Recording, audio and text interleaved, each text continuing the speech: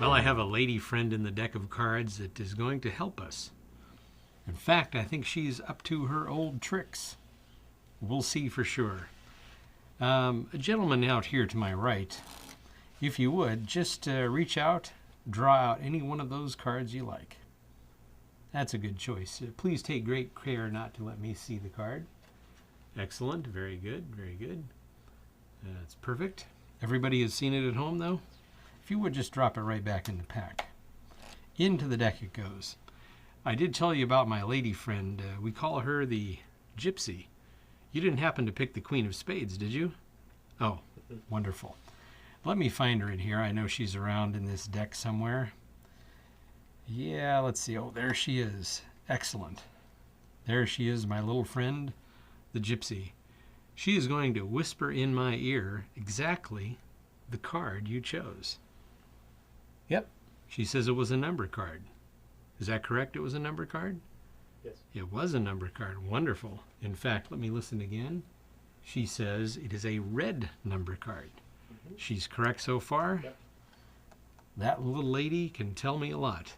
In fact, let me place her on your hand. If you would just hold out one hand like this.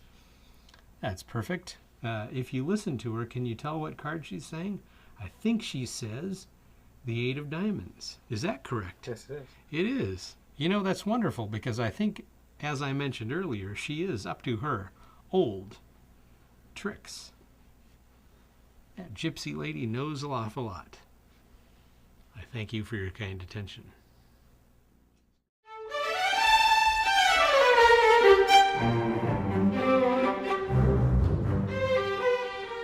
Well, I think the deck of cards, at least my lady friend here, is up to her old tricks. I'll show you what I mean. That is the introduction to our next mystery. Here's the explanation. What you do is you take the Queen of Spades out of the deck and place her on top of the pack, back here, this being the top of the deck. She is our key card, this time on the top of the pack. Now you would proceed as follows. The cards are spread between your hands, and you offer for the card, a card to be selected from the deck. It doesn't matter what card it is, as long as they don't pick the top card of the deck. If your audience tries to pick the top card, just tell them, it's okay, I already know what the top one and probably even the bottom one is, so why don't you pull one out of the middle? That's much more random. Usually the audience will just take one from the center anyway. Bring these cards back together. Remember, that is your queen. They remember their card, whatever it happens to be. I now cut the upper half of the pack to the table, and I ask for the card to be returned to the deck.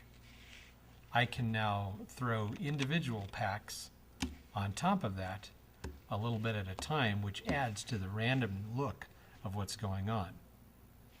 Remember, the Queen of Spades is in the center of the pack.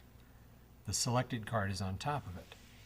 So now I square the cards, and I say that there is one card in the deck, which is the Gypsy, and she will help tell me what your card is. By the way, you didn't happen to pick the Queen of Spades, did you? Of course, the audience will reply no. You say, well, that's good. Let me find the Queen of Spades. Now you take the cards facing toward you, and you run down to about the center of the deck and find the Queen of Spades. Now remember, the card right behind it will be the actual selected card.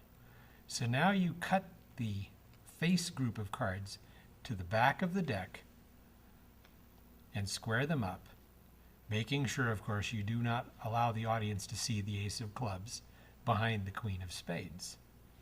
You say, yes, here she is, the Queen of Spades. She will whisper in my ears what your card is. Now, when I spread the cards out to begin with, I caught a glimpse of that card, so I already know that the selected card is the Ace of Clubs. Make sure you know that when you're in this position. I take the Queen of Spades and I would hold the card up to maybe my left ear, and I would act as though I'm listening to her whispering in my ear. I would now reply with, especially if it's a black card, I would say, she tells me that you chose a cherry-colored card. Now your audience will look at you puzzled, of course, because they're thinking red. You listen again and you say, I'm sorry, that's black cherry, correct? So there is a little extra gag that you can use if it is a black card like that. Otherwise, you can say, as you listen, you say, she tells me you chose a red card. When the audience says no, you say, well, it must have been a black one then. Let me listen more closely. So you do get a little bit of a smile out of that presentation. You listen again. Now don't drag this out too long, however. She says it was a club. In fact, I get the strongest impression. Now you pick up 2 cards. You're going to just pick up 2 cards like this. This is a rudimentary double lift. And if you need to, all you have to do is lift with your thumb 1, seeing the card underneath, and make sure you pick up 2. Allow these cards to go together. And there's your double, holding them like this. You turn this pack over in your hand, and you say, the queen tells me by listening to her, you chose. Turn your double over, pick the card up, set the deck to the side. Remember, they will believe this is the queen of spades, but it's actually the ace of clubs. Now you lean down toward that card with your left ear and say, I get the impression she says your card is the ace of clubs. Is that it? The audience will reply yes, and there's your first revelation. Place the card into the spectator's hand and you say, you know, that gypsy is up to her old tricks again.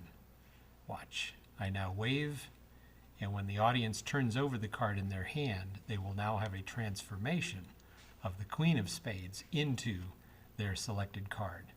That is the second punch, the second revelation in this nice little mystery. The lady is up to her old tricks again.